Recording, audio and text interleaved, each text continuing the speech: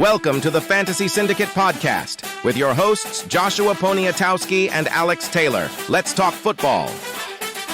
Hello and welcome to the Fantasy Syndicate podcast. My name is Joshua Poniatowski. I'm here with Alex Taylor. What's going on, Alex? What up, what up? Glad to be here. Thank you. What's going on, man? So this week we are going to be talking about one fade at each position. So we're going to run through quarterback, running back, tight end, wide receiver, and really talk about where we think players' values are as far as ADP, and if you should fade them based off that ADP, based off their situation, and some other things that we're going to share. Before we jump into that, though, as we always do, we're going to talk about the news around the league, just some updates. This week, we kind of have a trend as far as talking about injured players.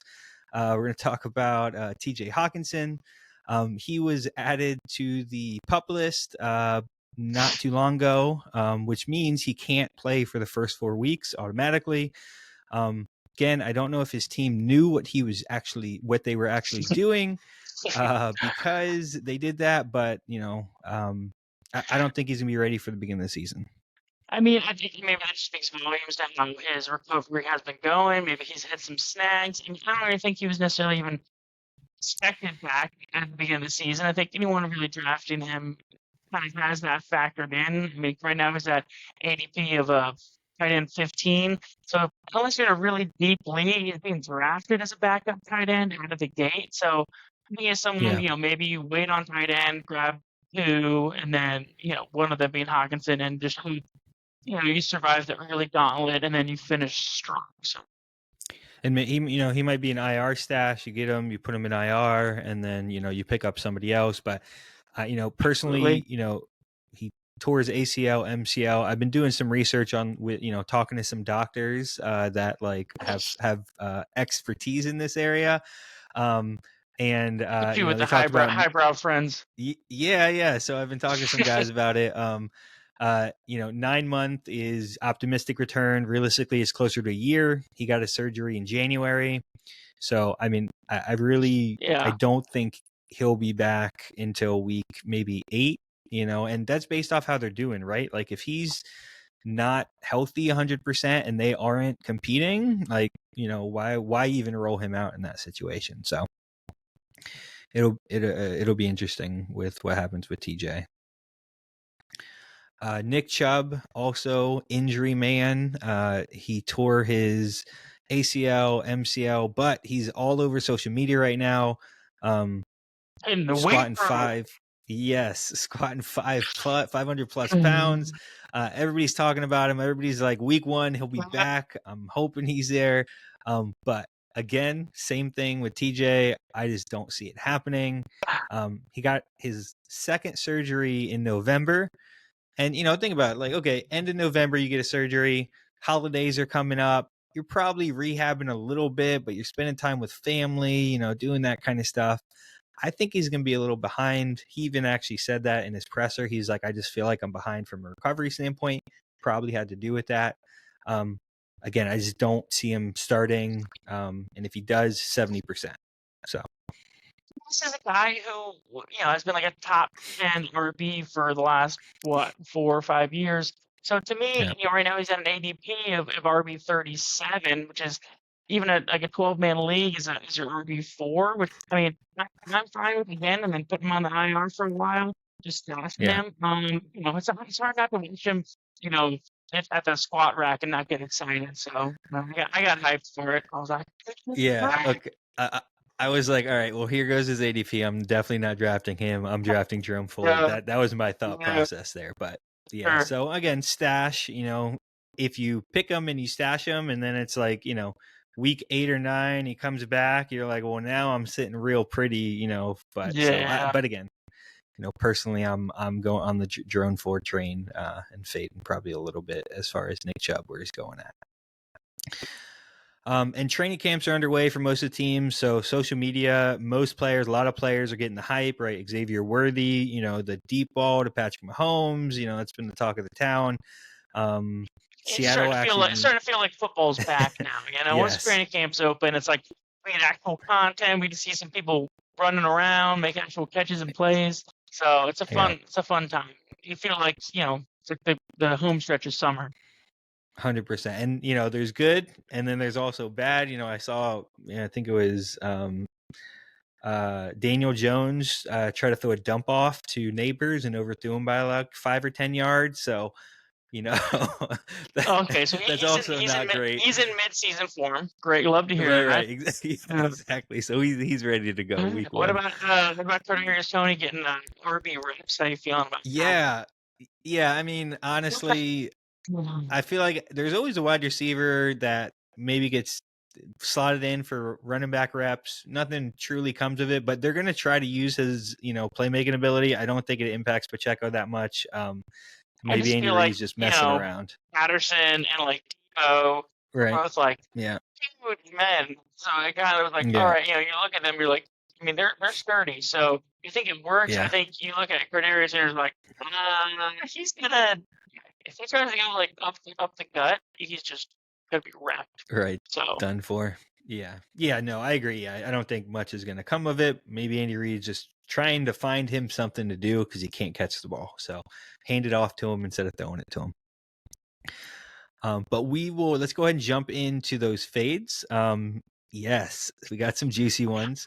Yeah, now, to be clear, it's a fade, not a bust. Like some of these people, I'm not saying they're just going to be garbage. I just think they're a little higher getting drafted ADP-wise than where I would be comfortable with. So 100%. Yeah, that's important, right? Fade, not necessarily a bust, right? If he falls out of his ADP normally, then that's, obviously a consideration there. But yeah, so I'll actually, Alex, go ahead and you can jump in with the quarterback. We'll just go back and forth. You can do your QB, I'll do my QB. We'll talk about why and all that good stuff. So I'll let you jump let's do it. All right, my quarterback fade is one of your darlings, Anthony Richardson. Currently going as QB5, which is like 5th round in a 1 QB league in a super flex. That's one, if not, 1 or 2 round pick. So to me, I think it's a little egregious considering what he's done. The one word that defines Richardson's career so far is only. Only 1 year starting in college. Only played 4 games in the NFL. Only has 84 pass attempts in the NFL. Only had a 59.4% completion rate in the NFL. So in those 4 games, he didn't play a single top 10 defense. It was all middle of the pack guys. It was Texans, Jags, Rams. They're all kind of finishing like the late teens and defense rankings. So he hasn't gone up against anyone good. He hasn't had much time. All the time in the NFL, we get these flash in the pan guys who are awesome, and then what happens is defensive coordinators get to watch tape and they have to figure out how you play, and then they figure out how to counter you. And to me, it just seems like we got too quick that we didn't get to see the counter punch. So he's punched, we didn't see the counter punch, which I think is probably due. This season. And we got the running potential. It's exciting, absolutely. So he's that counter punch. And so, again, talking about that, he had that 59.4% completion rate, mid-list of all of the starting quarterbacks or back starting quarterbacks, that he had a better completion percentage than, okay? On this list, we have Will Levis. Not great. That's the whole list. Okay. It's the whole list. It's Will Levis. He's only projected starting quarterback that he had a better completion percentage than in the NFL. So to me, I just think people are getting a little too excited about 4 rushing touchdowns and the only 84 passing attempts. So to me, it's going to be fun, absolutely. But probably over Burrow, Dak, Tyler. I'm not taking him anywhere. I'm saying he's maybe a top 10 quarterback. You'd probably fall in maybe like the 10, 11 range for me. So at QB5, I think this. Yeah, I mean, the reason why I was high on AR when we talked about him was because of his ADP. To be honest, like he was going maybe 6th, 7th round when we talked about him last, and the hype train is just chugging along, and now he's QB5 off the boards in a lot of situations. I totally get the rookie hype. PFF has their offensive line as one of the best in the league. He's going to score rushing touchdowns, but maybe you're right. Maybe he is going too high, even at the QB5 situation.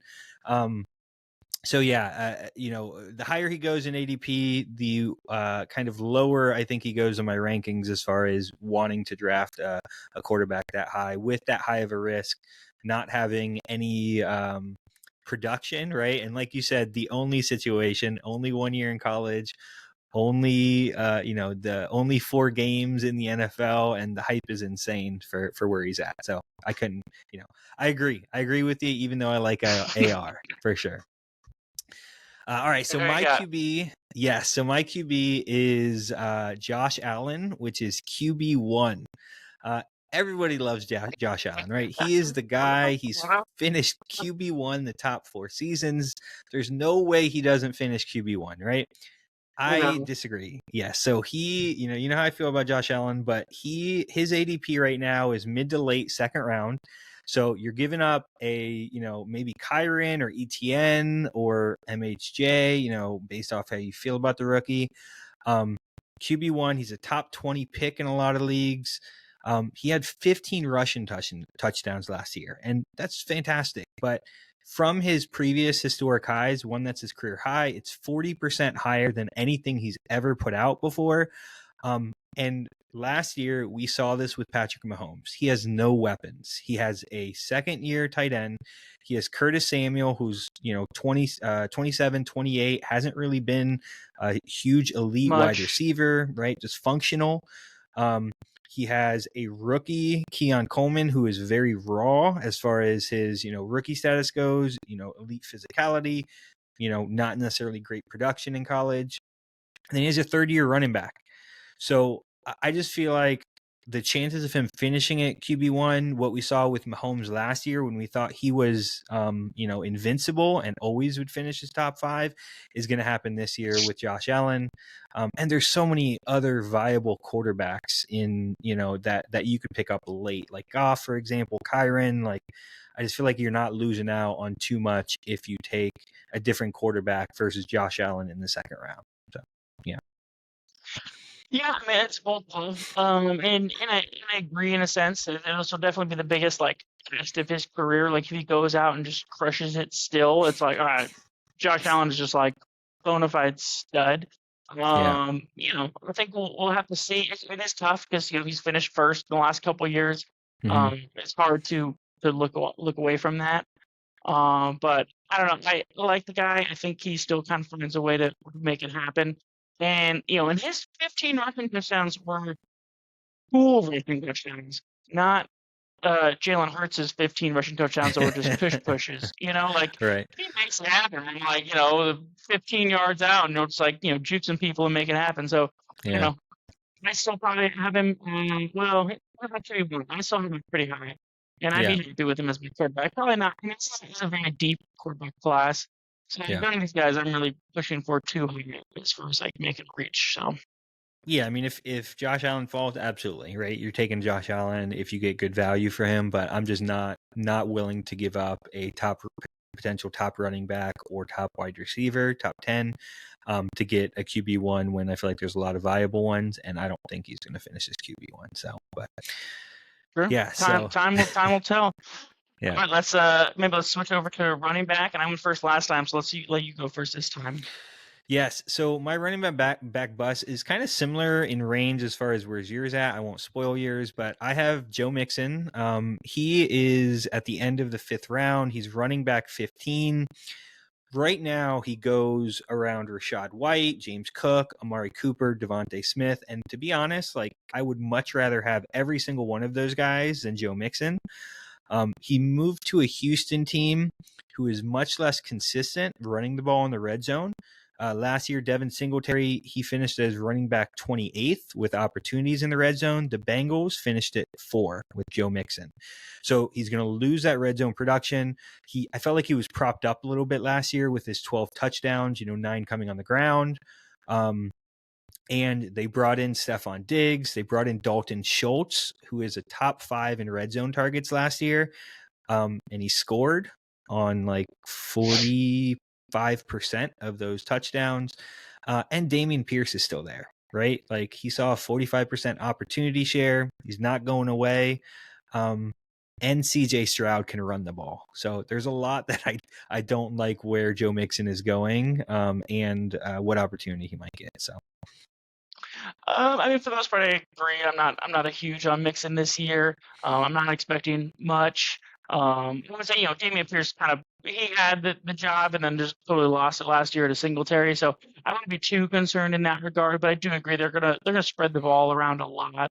And overall, Mixon hasn't been ever like too impressive for me. I mean, I had some couple stretches here and there with the Bengals where he was like pretty good, but he just disappointed a lot. So I agree with that one. My RB fade is going to be Josh Jacobs. Currently ranked RB 13, about 40th overall. So maybe late third, or if not fourth round. Last year he finished 12 points as RB 27. He'd missed 4 games, so if you want to do a points per game played, it was 17th RB. So it's like we're beefing him up 4 spots. And he finished 17 on per game. We think he's gonna be 13 now. He's a year older.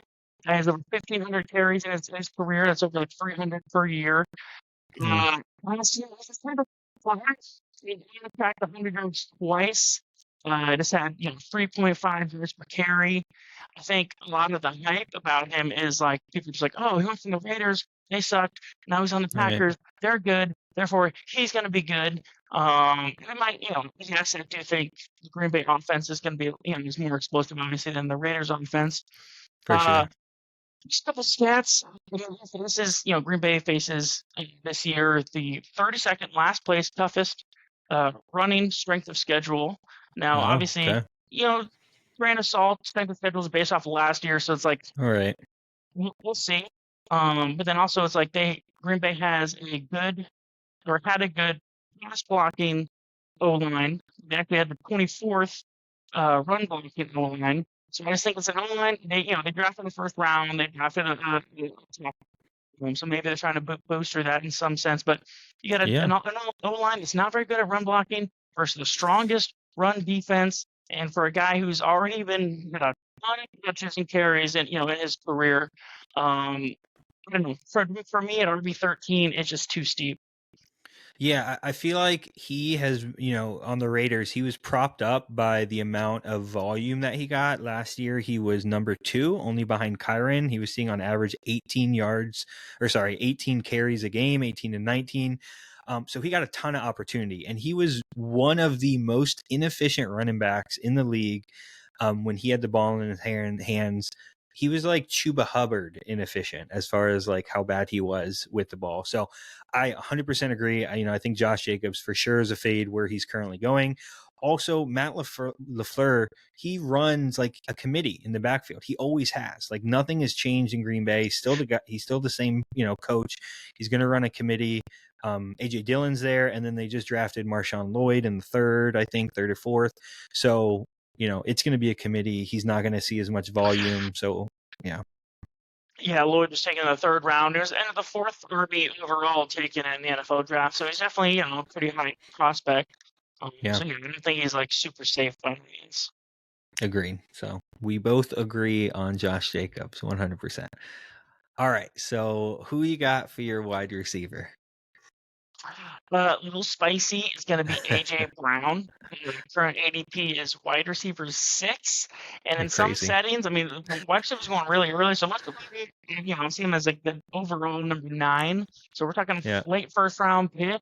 To me, he's just a little bit boom or bust. And last year it was kind of he started strong and then kind of finished as a bust. Down the stretch, the final 8 games, he was only averaging in half PPR.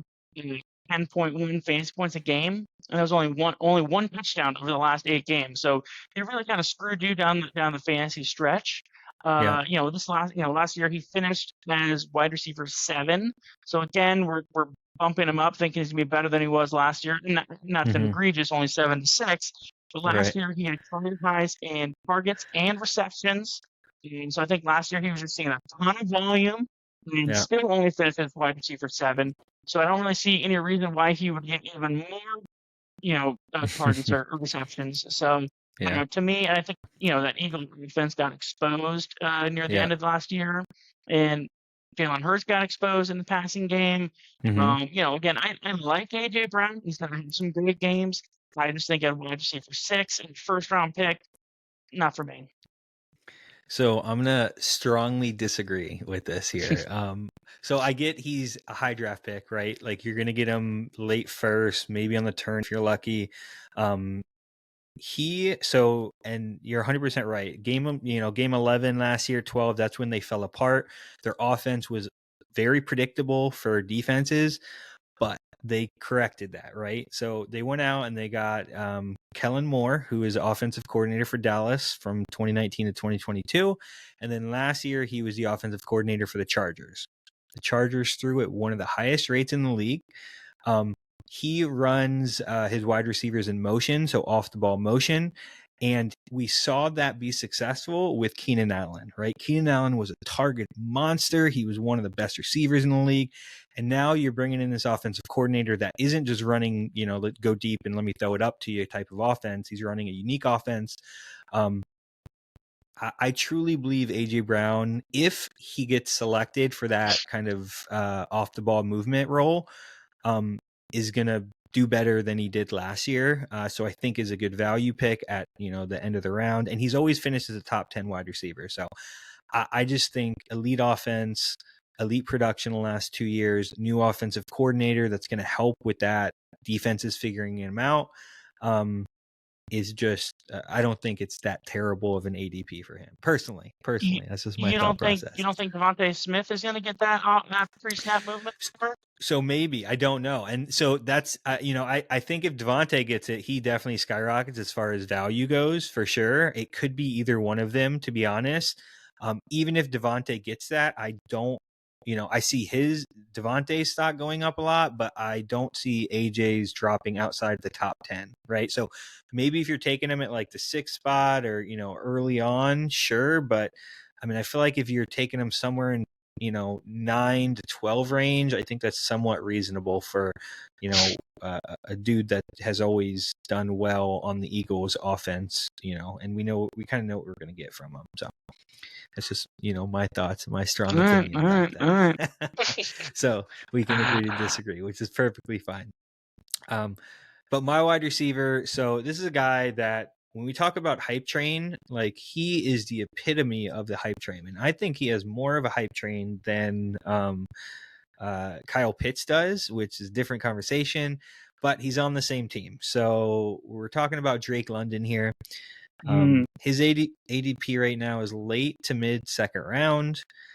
Some platforms, they're taking him on like wide receiver 10. So, based off where you're drafting, maybe a top 20 pick. So from a stat standpoint, he has received 110 targets every year since he's been in the league, and he has barely broken 900 yards, right? He has only scored 6 touchdowns in 2 years. This guy, everybody talks about how much talent he has. Everyone, like oozing talent. He's so good. It's his quarterback's fault. It's his coach's fault. It's everybody's fault except for his own. So at that ADP, you're taking such a high risk. I just think he's way too high for a guy who has been a wide receiver 1 for 2 years, who has seen that many targets. And okay, cases, terrible quarterback, terrible coaching. I'm going to run through some scenarios of same situations, but the talent of the receiver ended up being the reason why that they were good, right? Not because of their quarterback. So last year, Pickens had Pickett, Rudolph, and Trubisky as his 3 quarterbacks, which not great. Yeah. Right? Yeah. 1,100 yards, 5 touchdowns. Okay. You just talked about how bad Will Levis was, right? Who was main, quarterback in Titans, who also had Tannehill. 9.1% completion rate. Yeah. Right. Not great. D-Hop, who's like 32, old as anything, still had 1,000 yards, still had 7 touchdowns, right? Going to Fields and Baguette, and I don't even know if that's how you say his name, but DJ Moore, 1,300 yards, 8 touchdowns. Look at Cleveland. DJ Moore, his goals were like not dumped off screens, and then he would just fucking make it happen and knock out like a 60-yard touchdown. He did it multiple times. He's great. Yes. Yeah, he definitely took advantage of those screenplays. I'm hoping to get more of that this year for sure. And Cleveland, 5 quarterbacks. They had 5 different quarterbacks rotate in. Hey, put some respect on Joe Flacco, comeback player of the Yes, year. I agree. Joe Flacco was a That's stud, but that's where all those stats came from. But leading up to that, Amari had 1,200 yards, 5 touchdowns. All right. Minshew, I think he's undervalued, but Pittman had him the entire year, 1,100, 4 touchdowns. Right. So talk about talent. All of these guys that are being drafted below him significantly for some of them, didn't have great QB play, didn't have great, offensive schemes or, opportunities, and they figured it out. So I just am fading Drake London the hardest I can. I probably will not draft him, even if he drops an ADP. I'm just that strong on the guy not being talented. Sorry, that was a little rant. No, I like it, and for the most part, I do agree. I'm not like, I think he's like overvalued too. Maybe not as bad as you, but I think everyone's kind of looking at this Atlanta offense and just thinking, they're Arthur Smith was a fancy terrorist last year anyway, sure, and Desmond Ritter really sucked, and he did, yeah. And it doesn't mean this new, Raheem Morgan is going to come in and just crush it. It doesn't mean Kirk Cousins coming out of an injury is going to come in and just crush it. Who knows how he's going to be? And there's some, and they got all these different weapons, or Fitz, London, Bijan, like we got to see. And I think a lot of people are just assuming they're going to be great. There's really nothing to say that they're like it's a guarantee by any means. Yeah, I mean, if I had Drake London in any dynasty league, personally, I am shipping him off right now for as much value as I can get. That's just me, but everybody else likes to wait and see. So I think that just brings us to tight ends. Who you got? Yes, sir. All right, so again, another onesie position for me as far as like where his ADP is. So Sam Laporta. Crazy. You went for some heavy hitters. You went for some number ones. I did. Yes. And again, is the ADP that really got me for these guys. He's going again around guys like Waddle, Pacheco. He's going before Kelsey. I have him higher on my list. Debo, he's top 25 pick, late to mid 3rd round, tight end 1. I just think tight end regression is touchdown regression is going to happen. He had 10 touchdowns last year. He's on an insanely crowded team. Like there's so many offensive weapons that Jared Goff has access to. And the big one coming back is, Jameson Williams. And you're like, well, I'm not huge on Jameson Williams, but last year when he was a starter, Laporta dropped. He got 1 less target when Williams was on the field. He went from tight end 4 in points per game to tight end 5. So there is an impact, and I would just feel much more comfortable drafting him later, like maybe mid 4th, late 4th. Like sure, I would take him, but I just think his ADP is too high to where he's going, and with all the offensive opportunities, I just don't think he's going to see as much as he did last year. I mean, I disagree. I mean, I do have him as my tight end 1. And he's probably the only tight end I would be willing to splurge on. I do think, overall it's a pretty deep tight end class. If I don't get him, I would probably wait on whoever. To me, he's someone who's like reliable and steady and just putting out production week in, week out at a position that is very fluky. So, and he's young, fresh legs, and he's capable of putting up. I mean, a 3 touchdown game last year. He had another game where he had 140 receiving yards. You just don't get those very often. Those top games out of tight ends, while also being steady in his low games. So, I mean, I don't know. To me, I'm very excited about him, and I'm excited to kind of watch his career and see what he can do this year. Yeah, and I don't think I would be mad at anybody if they draft him where they were, because the upside and what's available. Like you said, I think there's some tight ends that you get a little bit later and take a higher wide receiver or running back in that spot, or QB if you're really feeling it. So yeah. Yeah. All right, I'm gonna finish this out. My tight end fade. I have Dalton Kincaid, currently ADP of tight end 5. But last year he only finished as tight end 12. I think one of the big narratives is, oh, Diggs is gone, Gabe Davis is gone. There's going to be all these more targets. And I think that's a little overstated. One, do that new rookie first round receiver coming in. But the main thing is, they started the year pretty sluggish, and in November they actually fired their offensive coordinators. They're just losing games. They brought in Bill Brady, and after that, he ran. He was our defensive coordinator for 7 games, and they went 6-1. In those 7 games, their on-pass play percentage went up 10 points. They used to be running the ball 42%. They started running the ball 52%, and they saw that their wins started happening. So I think they're going to be a lot more run-heavy of a team this year, which kind of negates some of those dream extra targets that people are excited about. Diggs, you can't throw Diggs. He's got to throw to somewhere. Well, maybe that's not their game this year. And so plus, super frustrating down the stretch last year. Everyone again is like, oh, it was great when Dawson Knox was out. Well, Dawson Knox is still on the team. He's still going to be there next year. He's unfaithful for Josh Allen and Mr. Reliable. So, I don't think he's going to get, aside. Josh Allen knows where he's going to be. He knows what he likes. And he's still going to get his targets. And then, like I said, down the stretch, weeks 15 and 16, so first round of the playoffs and then semifinals, most likely, if you're in a 6-man playoff, combined, 1 catch, 7 yards. So if you made it to the playoffs with Dalton Kincaid, you were someone else popped off for you. Yeah. I agree. I agree. I mean, I think you're right from I didn't realize that they increased their run game that significantly. That's a significant number, 10%. I mean, that just tells me that Josh Allen won't be QB1. So I appreciate you helping me out with that. I know. As you were kind of going over it, I was like, oh, I guess I could probably counter Josh Allen too. Yeah. Probably should lower it too. So appreciate the help there. But yeah, I mean, I agree. 5th, 6th, or middle 6, somewhere around there. Again, the volume you're talking about with Diggs and Gabe Davis it's almost 2,000 yards, 15 touchdowns, 240 targets. It's insane. But like you said, they have some other weapons.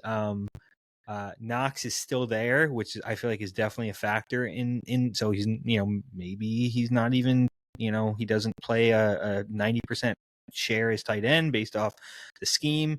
So yeah, I mean, I agree that maybe he's going a little bit too high for the risk that you might be taking, especially in a tight end class draft this year where you can get some production from tight end ones that are going even later than these two. So yeah, or later than Kincaid.